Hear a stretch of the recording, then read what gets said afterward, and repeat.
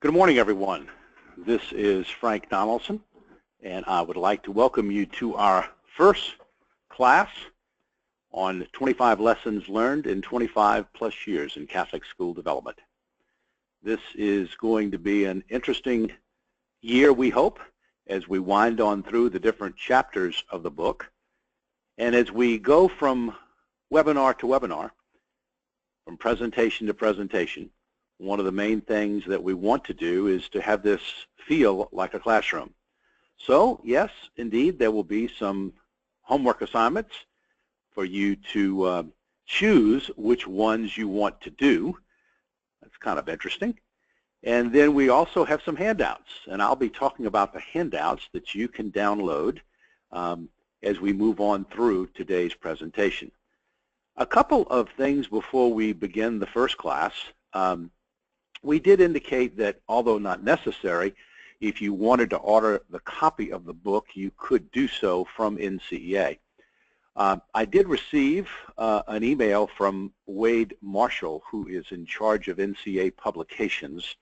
In fact, I received his email this morning, and he was informing me because a couple of people had had trouble going ahead and ordering online from NCEA, and he said his answer to me was, NCEA has raised the price of all publications to $20 for members and $30 for non-members.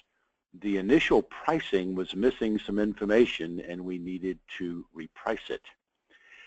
Once we had all the pricing in, the $15 member and the $23 non-member price point was a losing proposition. And NCEA has a policy to be able to change prices without notice. And so he goes on to apologize for not letting us know sooner. But in any way, that is the situation with NCEA. So if you've not ordered the book and you see a price that was quoted before from NCEA and it's now been changed to, as I indicated, 20 and 30, then that's the reason why. So obviously we have no control of that. That's all NCEA. But in terms of moving along, should you have any questions as we move along, then please just keyboard them in. And we'll answer them as we move through the presentation. And then at the end, we'll have you have a choice of getting involved in one of 6 homework assignments. And then we'll also talk about the handouts that you can download and be part of it. And then we'll talk about the next webinar and class. So in terms of this, once again, as we said in the promotion of this year-long class, one of the things we did want to mention was that those who are signed on today will be the ones that will be accepted into the classroom. And so the way we know that is that at the end of the webinar, we receive an Excel spreadsheet from GoToWebinar, and it lists everyone that has taken the webinar, and it also lists the amount of time and when the person logged in and how long they were in the class for. So if we go back to our college classrooms, we know that if we came in with only 5 minutes left in the class, then we really didn't learn a lot. So we're going to be going with those people that want to stick with us during the course of the year. And we'll be doing other things during the course of the year for those people that are not able to take this full year course. But we do feel that it will be something that will be worthwhile. And also we have a little something we're working with the University of Dayton about. That at the end of all of this, we're looking at some certification. So kind of excited about all this. So let's go ahead and get started. In terms of the way we're going to approach this is pretty much from the standpoint of walking on through ideas and me expanding upon those ideas. And as we did say, in terms of the first slide, if you've had a copy of the book is dedicated to the memory of Dr. Michael Gilliatt. Michael and I go way back, and he was one of the first ones that got involved in Catholic school development with me back in the 80s. He was really one of the early associates of ISPD. He went on to become president of De La Salle High School, and then unfortunately, a little more than a year ago, he passed away from cancer. And through the years, we had many, many conversations. There is a chapter in the book that talks about his dissertation on leadership, and we will be discussing that at length at our next class in June. So just to let you know that the book is dedicated to Michael, I'll refer to him throughout. He was a Catholic school principal, elementary school principal. He was a Catholic school development director. He was an English teacher. He was a president of a Catholic high school, and also did a bunch of consulting with Catholic schools throughout his fantastic career. So as we take a look at this beginning part of the book, I kind of like to start with going back to the very beginnings. And I'm sure as I do this, I've heard from a number of people that some of you had similar beginnings. And so one of the things that I noticed when I first got started in all of this back years and years ago was that word development, and even today in 2016, is a very misunderstood word. And sort of like the word stewardship. In many cases and in many circles, the word development just automatically stands for fundraising. And so we realized early on that this was going to be one of the challenges as a consulting firm, being able to explain to people that when we talk about development and later when we talk about advancement, we really are talking about developing and advancing. We're not talking about fundraising. And so in the very beginnings, we realized this was a word that we would need to continually clarify. I cut my teeth on development back at Mercy Academy. I went there in 1986 as an administrator and an English teacher. And after a year there, Sister Marianne Hardcastle, who was the principal, she asked me if I would open up a new development office. And I had no clue to what the development office was all about, but I quickly learned and attended a 5-day workshop down in Orlando, Florida, put on by Catholic School Management with Dick Burke. And those were the early days. Met a bunch of really great people in development. In fact, I'm still good friends with many of them today. And so in terms of that, when I approached it, what I realized early on in my career was that teaching in Catholic schools for many years, I'd also been director of an Up With People type of group called Celebration. And we actually ended up doing a number of shows at the 1984 World's Fair.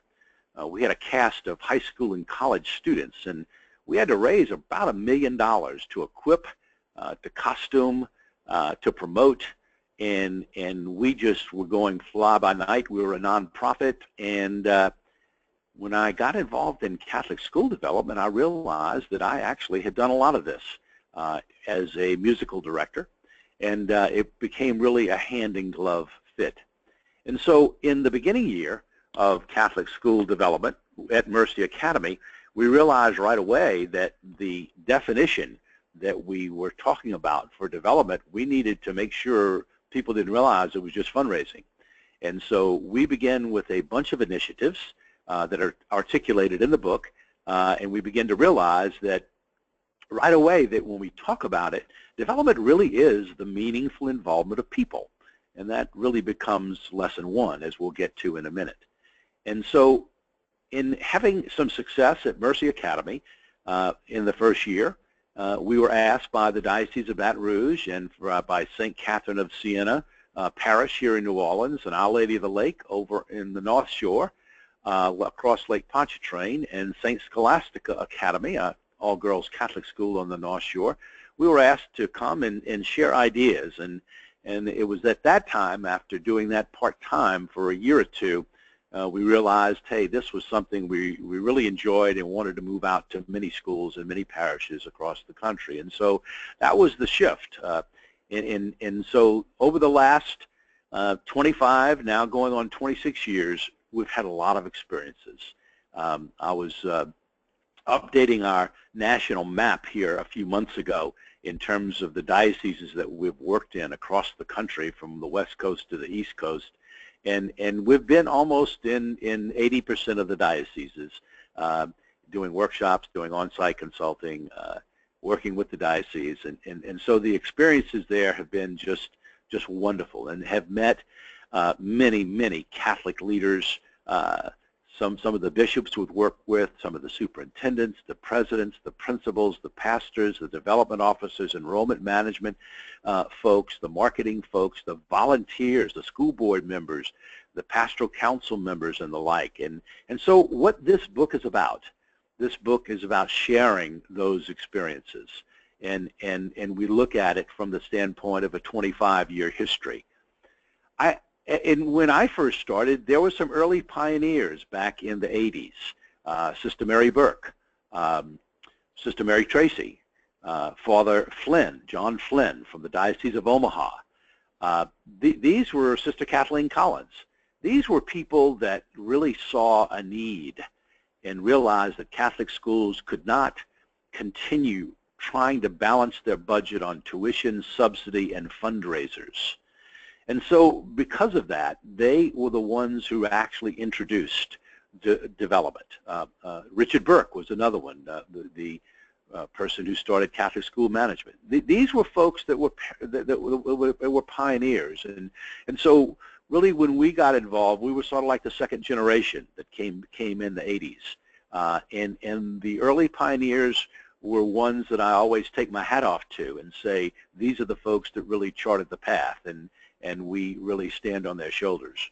There was an excellent piece that was created by Father John Flynn called Development versus Fundraising. In fact, it's one of the handouts that you will have today. This is a piece that really made a lot of sense back then, even makes a lot of sense today. But it probably has done more to debunk the myth that development is not fundraising than anything else that I've ever seen.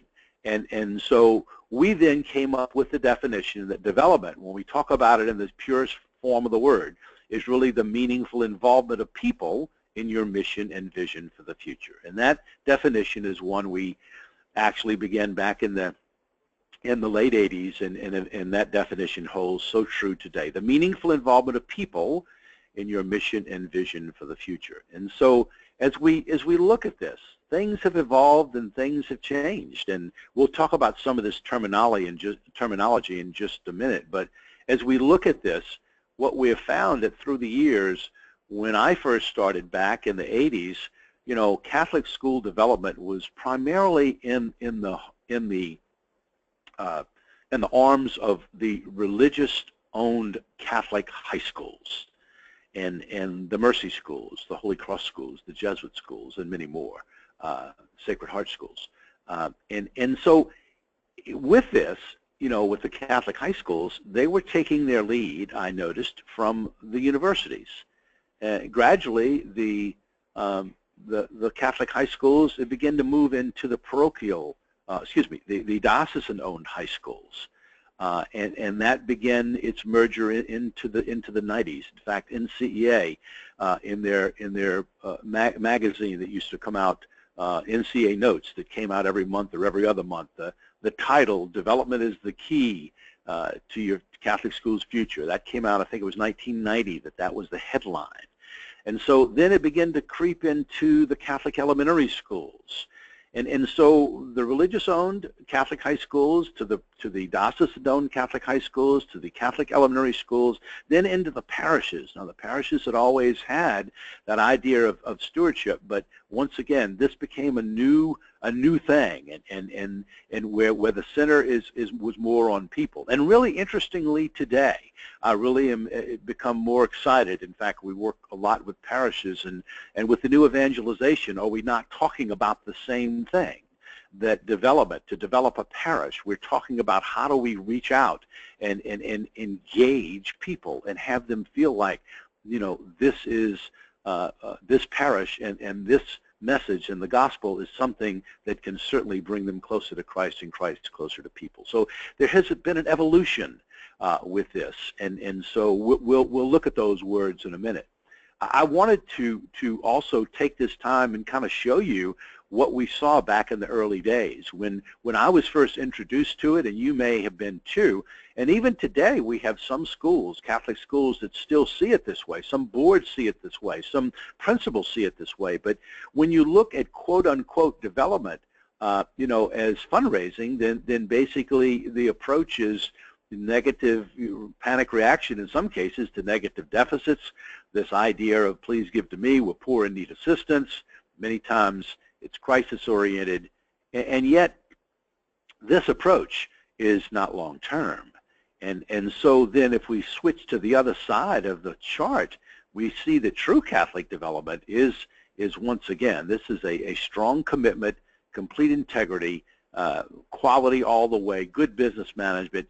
It's all growing out of strategic planning, good PR, good communications, inviting people to consider their gifts, and the mission and the vision are very clear. So as you take a look at the approach from fundraising mentality to actually true Catholic development, very interesting in those two columns. Then when we move the same thing into programs, notice some of the programs under fundraising. We all do these. We all have seen these. We all, you know, have you know, been part of these. And so obviously the challenge, and that's another lesson in the book, is how do we create a master plan to control all of this? Because, you know, how many times do we hear the nickel and diamond me to death? So these are the programs and projects that we see and that are under this fundraising event. But when it comes to development, true Catholic development, meaningful involvement of people, we're inviting people to invest. Well, we're talking about inviting people to be stewards. You're having an annual fund in which you invite people to invest and not buy a raffle calendar. You have capital campaigns and strategic plans for development and plan giving and team building, constituent input, so you understand what the marketplace is doing. These are all programs, processes, and projects in Catholic school development. And what's interesting is the results of all this. So as you take a look at the results, many times the fundraising events just, you still have the financial crisis, and it's working 1 year at a time, and many times volunteers get burnt out. There's a high turnover rate, and in many cases we hear these words, please give to me because we need your help and we're poor and need your assistance. And yet with the results in development, we've seen that there are plans of action that advance the institution, that people get involved and they feel like they really want to invest. And there's a we can mentality, problems looked upon as challenges, transparent finances, and quote-unquote happy customers. So this was a great chart that Father John Flynn created years ago, and it is one of the handouts that is in today's class. So as we wind on through these 12 lessons, you may say, what's in it for me? Why become involved? Obviously, you know, the fact that there's no charge to it to me is immaterial, because I think anyone who's going to donate their time like you are, I think once again it's a win-win in the sense that we are really excited to share these lessons with you, because oftentimes as I was writing this book I was thinking, gosh, if only, you know, I had some of this back when I was, you know, in year 1 or year 5 or even year 3 as a development director. So one of the reasons, you know, is that we're going to point out where the focus needs to be and where it does not need to be. Many times we find with Catholic schools that there's the wrong focus. You know, kiddingly, you know, we always say there's 4 ways of doing things: do the right thing the right way, the right thing the wrong way, the wrong thing the right way, and the wrong thing the wrong way. Now, we certainly don't want to fall into that latter category. We really want to do the right thing the right way. And sometimes, you know, we do the wrong thing, but boy, do we do it well. And so we just want to make sure we're focused right. You know, we're going to point out where processes went wrong and why. These were lessons that were learned, especially in the early days of this company. And there really are a bunch of lessons to learn that we feel are basic and are fundamental. And so while some of this in this first class is background and foundational, it's sort of like any class that you would take in college. We're going to start with the introduction. We're going to start with the basis. We're going to start, as an old English teacher and theater arts director, unless I was directing our town, I needed a backdrop, and so we're painting the backdrop here in this first class. And so we're also going to encourage you to follow the compass, because one of the things we're very big on is making sure that a Catholic school develops and advances, and there's continuous improvement year to year, and that becomes important. All of this is set up based upon our company and the fact that we do have core values, and some of those core values, the 7 of them, we like to point out, because I think you'll hopefully see some of this as we wind on through the classes.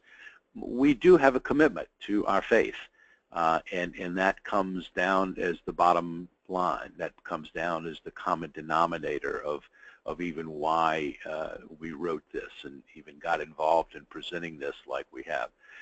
It is really interesting that we really have hundreds of people this morning taking this first class, and it'll be interesting to see the number that will continue, and who's standing at the end of 12 classes, because each time we present and each time we have a class, we'll know who's in the classroom, and the people invited to the next class will be the ones who attend that class. And so as we move on through, we are going to be guided by these values. We exclusively serve Catholic institutions, no one else. And we think we understand Catholic culture fairly well after all these years. Our commitment to integrity, our commitment to customized consulting, and in this case, teaching. We're customizing these 12 classes, as you will see as we move along. This has never been done before by our company. Brand new book and brand new approach. We're all about building teams and the commitment to helping foster a belonging and affirming culture. And you'll see that theme woven throughout. And then, of course, as we said, meaningfully engaging people goes to the mission of our company. I think it'll be important, too, that we understand the terminology. When we talk about development, we are talking about developing a Catholic school. When we talk about advancement, we're talking about advancing a Catholic school. We use those words interchangeably.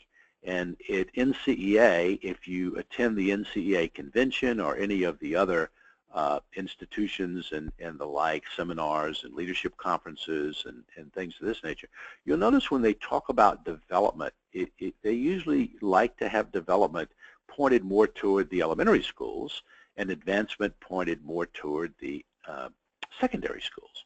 Now, in many cases, that is what is in place. And yet, you will find other Catholic schools across the nation, even on the elementary school level, they will have a director of advancement. So the terminology is once again, as long as we understand it and understand we're really talking about the same thing. Fundraising is not a Roman numeral with development and advancement. Fundraising, if the Roman numeral is development, then fundraising is like letter F under the Roman numeral. Enrollment management used to be student recruitment back when I started out, but now it's called enrollment management. And why? Well, because we have to manage our enrollment. And that includes not only admissions, that also includes the marketing, that includes attracting new families, and above all, or not above all, but just as important as, it includes retaining the retention. And so managing the enrollment becomes a real key piece, hence the terms Director of Enrollment Management. So just as long as we understand the terminology as we move on through this, I think we'll be in good shape. So the book is divided into several sections, and the first section that we just covered is the introduction, and then the next section with the number of chapters underneath it is the philosophy and the fundamentals. And so lesson 1 is promote the involvement of people as the common denominator of your Catholic school development efforts. And so we've talked about this already now, but let's just kind of wind on through it so we once again lay that foundation. I'm painting the backdrop here this morning, and this backdrop will be applicable as we move on through the other lessons. I'll come back and refer to this as we move on through. As we said earlier, one of the challenges early on was being able to educate others on the meaning of the word development, and that is a real challenge. In many cases, I've been in front of school boards, boards of trustees, boards of directors, faculty and staff, and the like, finance councils, and many times that word means fundraising. And so the ability to have people understand we're talking about meaningfully involving, engaging people becomes really key to making it all happen, and there's that definition. And I think the key word in this sentence that you see on your screen right now is meaningful. I think that becomes key. There's a difference in asking someone to man the plant booth at the fair, or bring 2 liters of 4 2-liter Cokes to the donkey basketball game, and inviting someone to maybe get involved with the review of your strategic plan, or being part of a strategic plan committee, or being part of a enrollment piece, or helping you with open house to greet, if you're an alum of the school, to greet other alums who maybe are prospective parents. I mean, there's a huge difference. So the meaningful involvement of people, and of course we'll talk about mission and vision here in lesson 2. With ISPD, we have always used the 7 I's, and this is something we created in the early days, and this is one of the handouts. You have a handout on the 7 I's that you can download and you can print out for people, and we hope that you will use it because it certainly does make sense. It's something that can be applicable in every situation. That is, if we agree that development is the meaningful involvement of people in your mission and vision for the future, if we agree with that, okay, then obviously 24/7, 365, our total focus needs to be on identifying people. You know, who are they? Who are the parents who can make a difference? Who are the alums who can make a difference? Who are those past parents that we can invite to stay involved? Who are the businesses? Who are the prospective parents? Identifying constantly. And as we say many times, we're not just talking about a name and an address and a phone number and an email. We really are being able to seek information that is going to allow us to understand better that person and what gifts he or she would like to share with our Catholic school. Becomes so important that we do that. And so the next one, I, is the inform, which is the communication I. So many tools in the toolbox today that we never even had.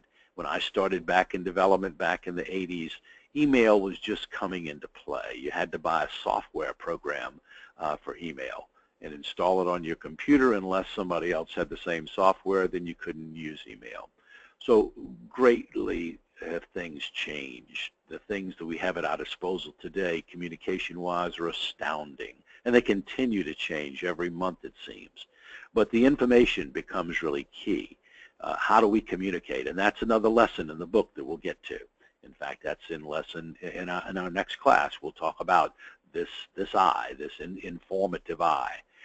The personal invitation becomes so important. The idea that you can personally invite and engage people, and of course, you know, this is a big cultural shift. You know, many times people, you know, just shy away from it. We go to the people we've always wanted to, or we always use the reason that we don't have the time, and all of that's justifiable. But once again, until we're ready to personally invite, then we really are not going to be able to really involve people the way we want to. And when we involve people, that leads to them helping us implement many things. And that leads to that sense of that ownership. Belonging leads to believing. And that sense of ownership, they feel that sense of investment. And the 6th I, invest, doesn't necessarily mean money. It is a level of consciousness where people feel like they belong. They're part of this school. And that culture is wide open to making it happen. And then, of course, the 7th I is to constantly improve, and that's why I applaud you for being part of this class this year. the idea that we always say, and the reason why we have an arrow on the big circle is because we like to metaphorically say, imagine there's this big circle spinning round and round, and inside of that circle are 7 smaller circles. And the synergy that is created of the people that are involved with the new people you will invite can become contagious. And so that's the approach to development that we have always seen, we've always believed in, and it's exciting when there is the switch to make that happen. But it is a switch. It's different. It's not business as usual. So as we talk about, let's look at lesson 1 in terms of that. Just continue on with lesson 1 with involvement of people. This is an exciting and dynamic process. It is not, development is not a program. It is a process which brings about a system that is going to develop and advance your Catholic school. Catholic school development, as we see it, is a system of processes. There's a process to run the annual fund. There's a process to engage new families. There is a process to invite alums to be part of your Catholic school. There's a process to write a grant. There's a process to invite a core team. There's a process to visit major donors. There's a process to put out an email blast. There's a process, all these are processes. And so as we develop our Catholic school, we do so with exciting and dynamic processes. When created and built correctly, it really is about engaging people. That's the heart and soul of it. And so we have always used this ripple in the pond theory. If you look at the cover of the book, that's what it is. The pebble in the pond basically says, if I drop a pebble in the pond, the first ripple are usually going to be those 50, 25, 75 people who are always with you as a Catholic school leader.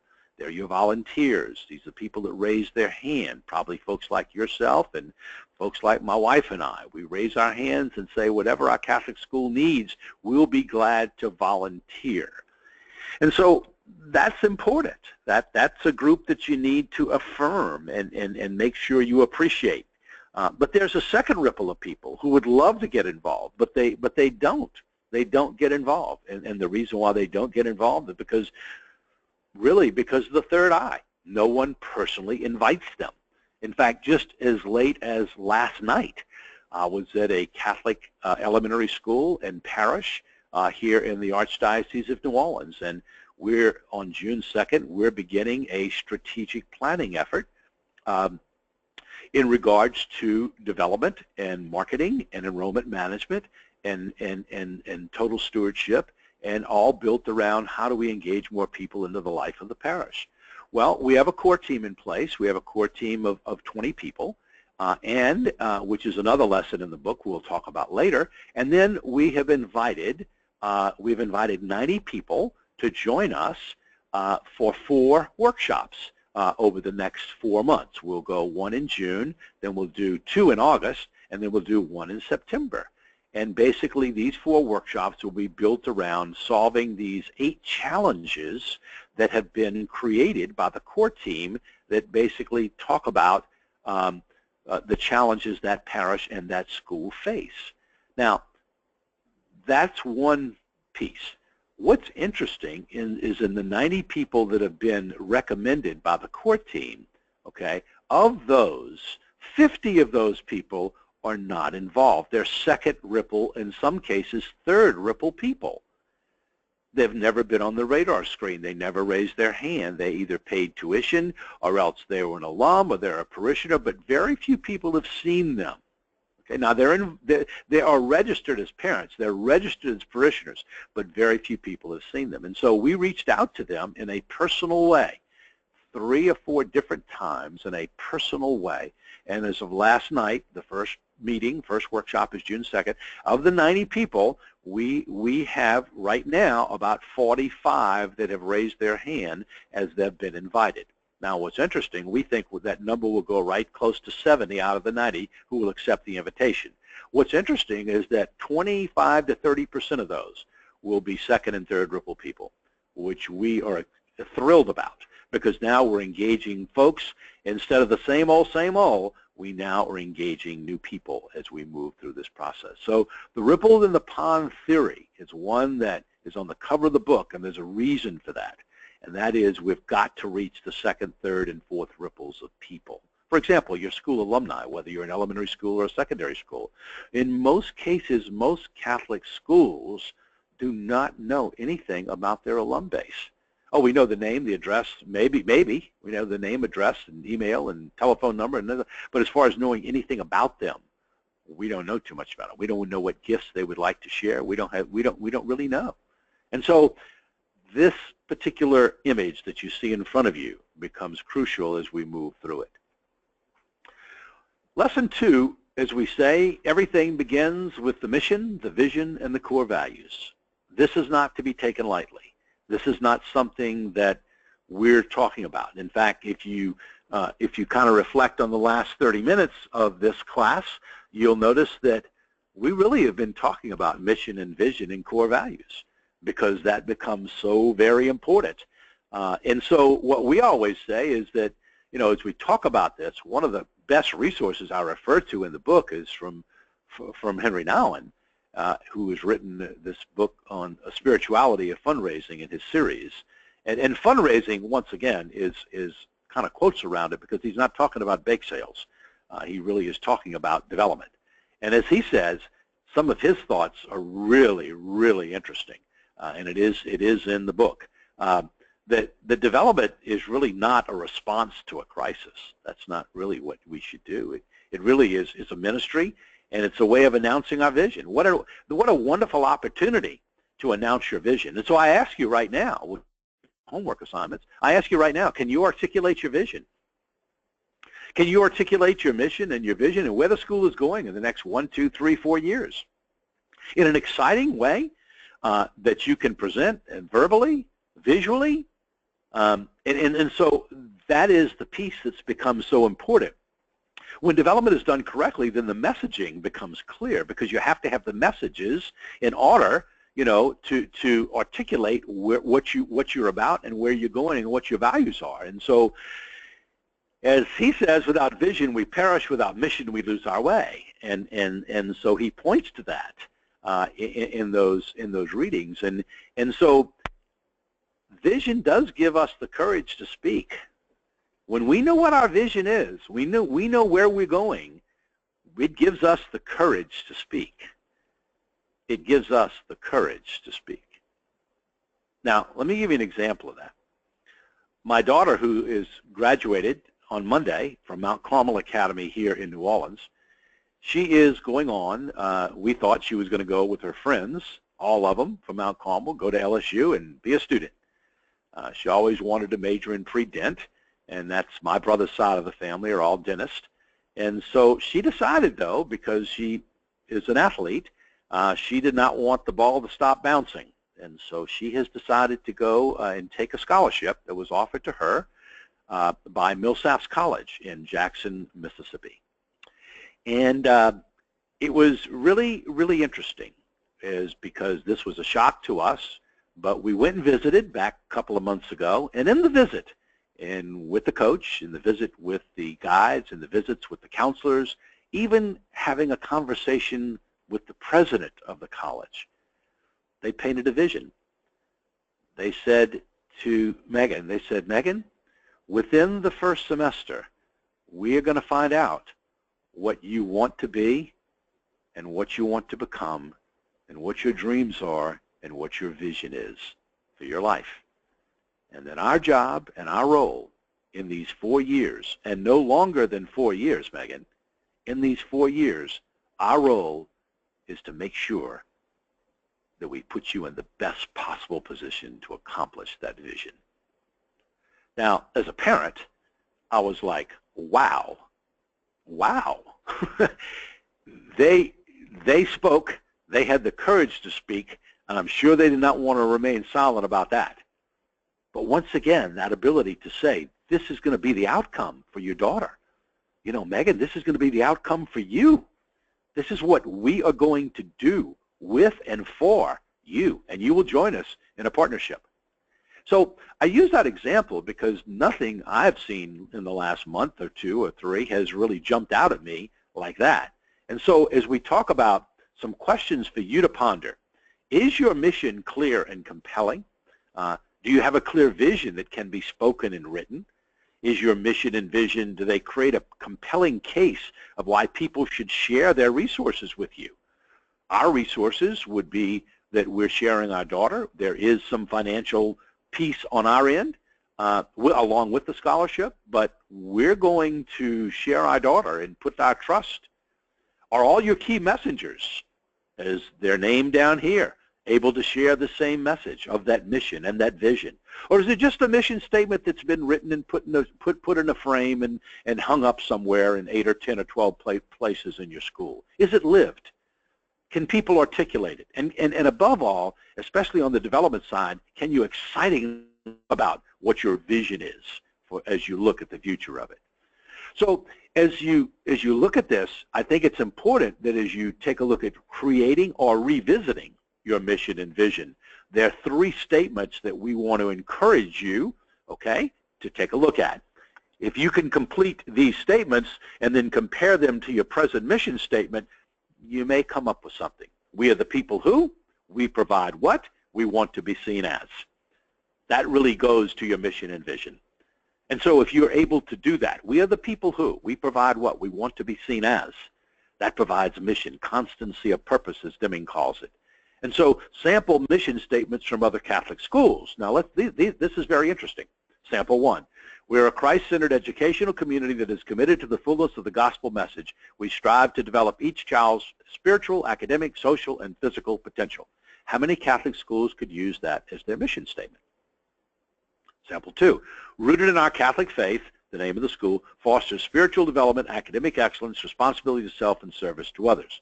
How many Catholic schools can use that mission statement? We provide a college preparatory education for the formation of the mind, body, and spirit of each student in accordance with the teachings of the Catholic Church. How many Catholic schools can use that mission statement? What is my point? My point is that we all share commonality, but there should be something in that mission that really is going to be unique about you.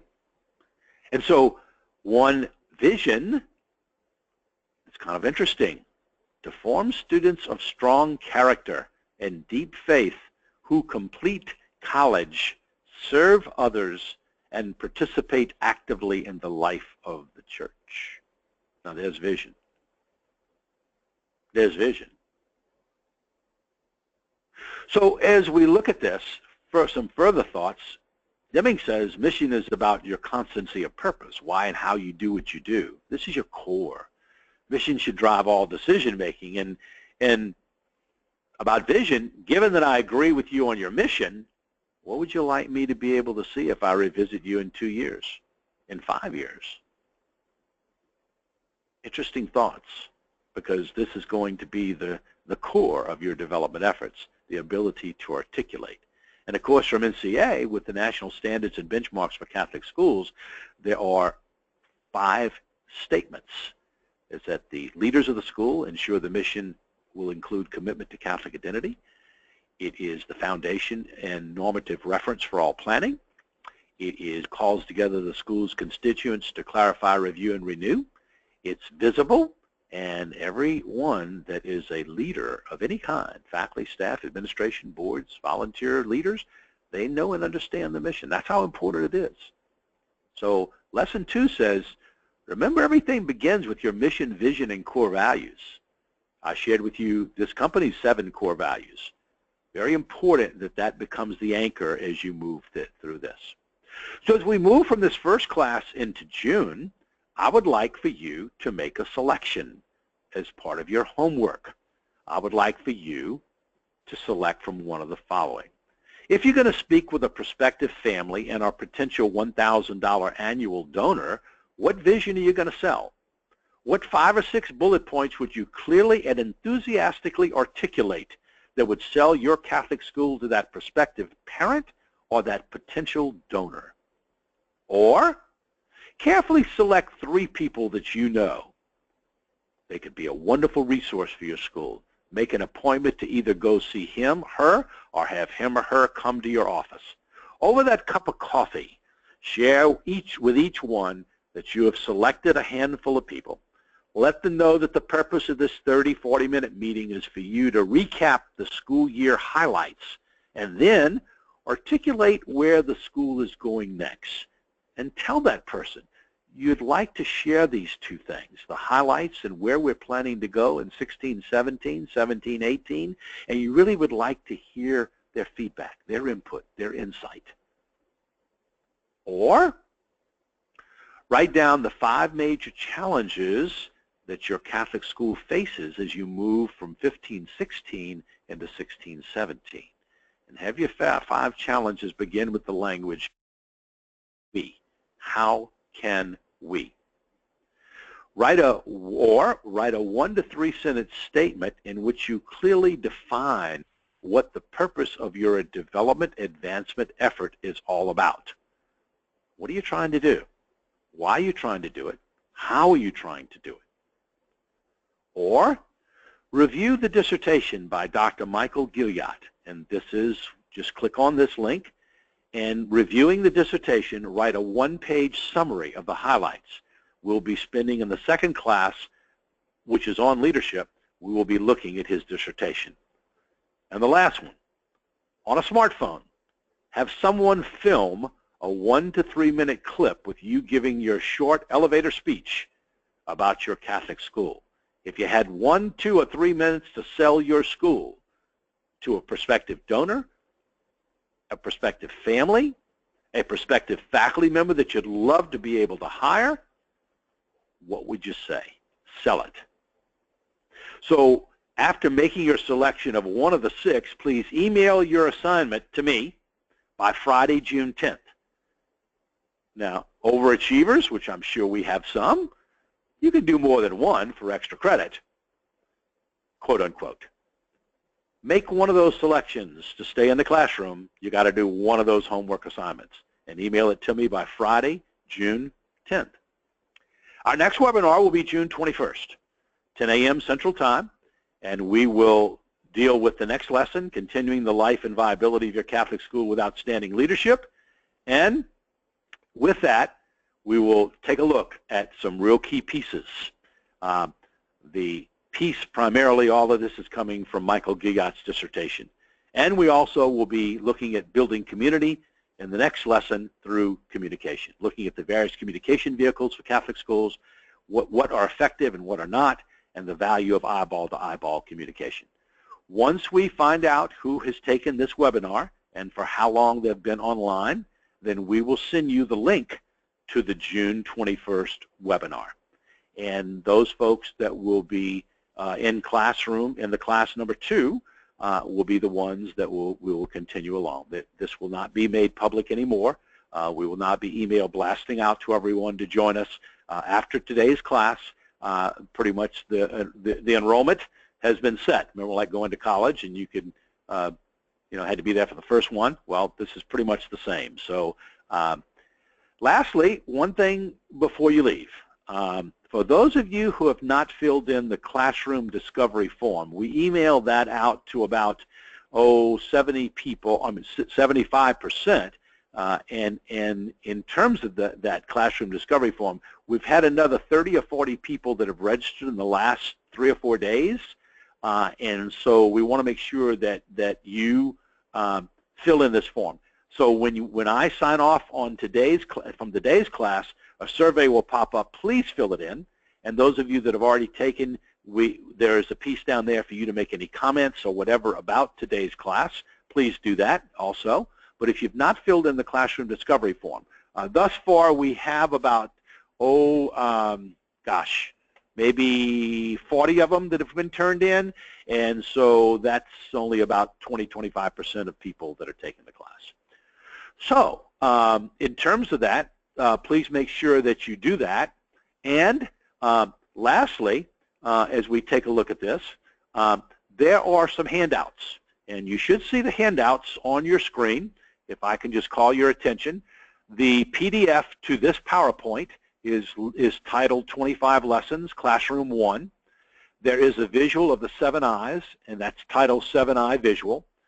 There is a piece that I'm just getting ahead of the ball game and letting you know that in a couple of months, 3 months, 2 to 3 months, you will be doing your back to school night.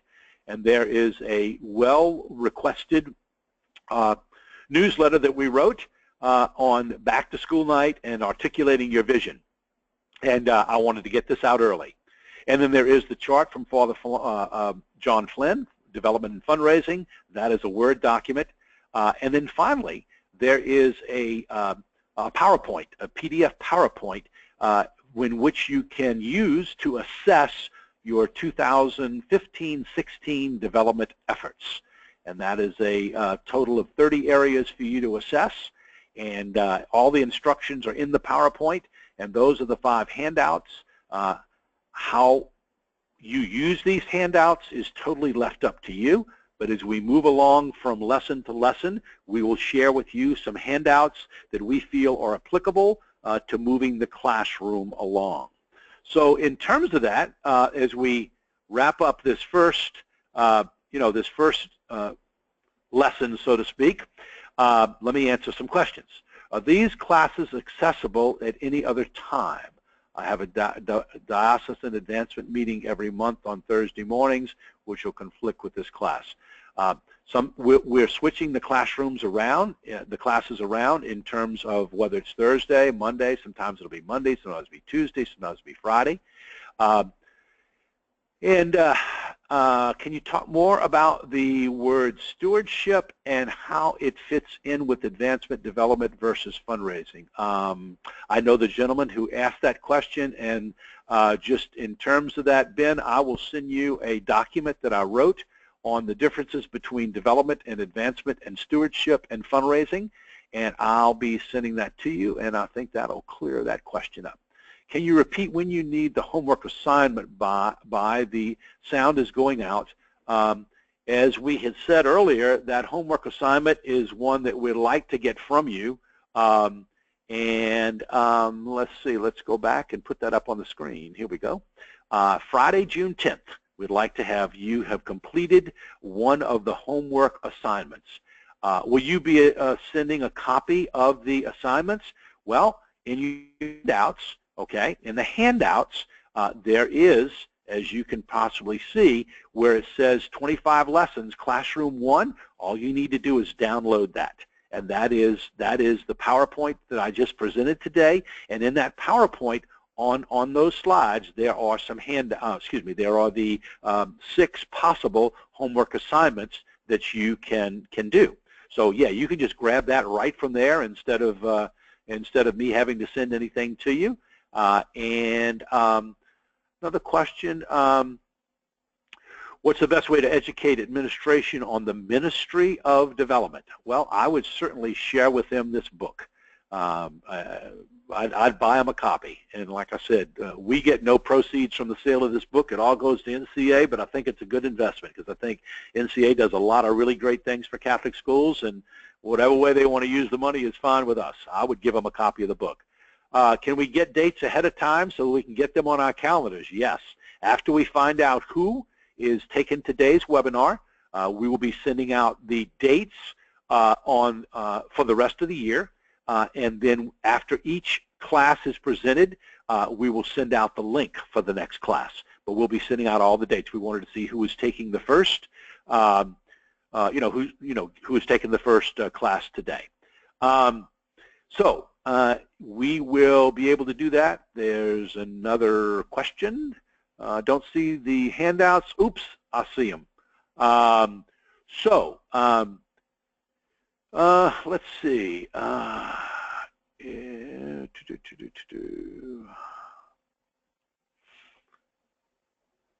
Yeah, if I can't make a class, can I view a recording of the class? That's possible. It's just like a college classroom. If you miss a class or going to miss a class, then you need to talk to the teacher. So you need to email me.